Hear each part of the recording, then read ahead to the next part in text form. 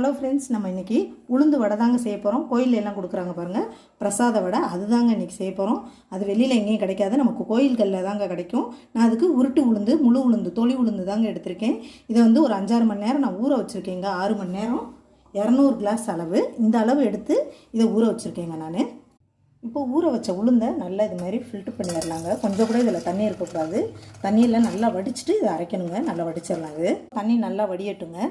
இந்த வடைக்கு வந்து 2 ஸ்பூன் அளவு நான் மிளகு எடுத்திருக்கேங்க. இதை வந்து 1-2 அடிச்சுக்கலாங்க. இது மாதிரி கரகரப்பாக இதை மட்டும் பொடிச்சு எடுத்துக்கிறலாங்க. அதேமாரி 2 ஸ்பூன் ஜீரகங்க, அதையும் இதில் போட்டு இடிச்சிடலாம். நாங்கள் ஜீரகத்தையும் இடிச்சிட்டு வந்தாச்சுங்க. இப்போ நல்லா தண்ணி வடிஞ்சிருச்சுங்க. இதையும் வந்து கரகரப்பாக அடிச்சிடலாங்க. இதை நைஸாக அரைக்கக்கூடாது. ஒன்றும் அளவு சால்ட் உப்புங்க. இதையும் எண்ணத்தில் மாற்றிடலாங்க. நாங்கள் குறதான் அரைச்சிருக்கேன். இப்போ மிளகுத்தூள் மிளகுத்தூள் போட்டுக்கலாங்க. மாவு 2 ஸ்பூனுங்க. எல்லாத்தையும் மிக்ஸ் பண்ணிடலாம். லேசாக இது மாதிரி தட்டிக்குங்க. கோயில் பிரசாதம் வீட்லேயே சூப்பராக ரெடி பண்ணியாச்சுங்க.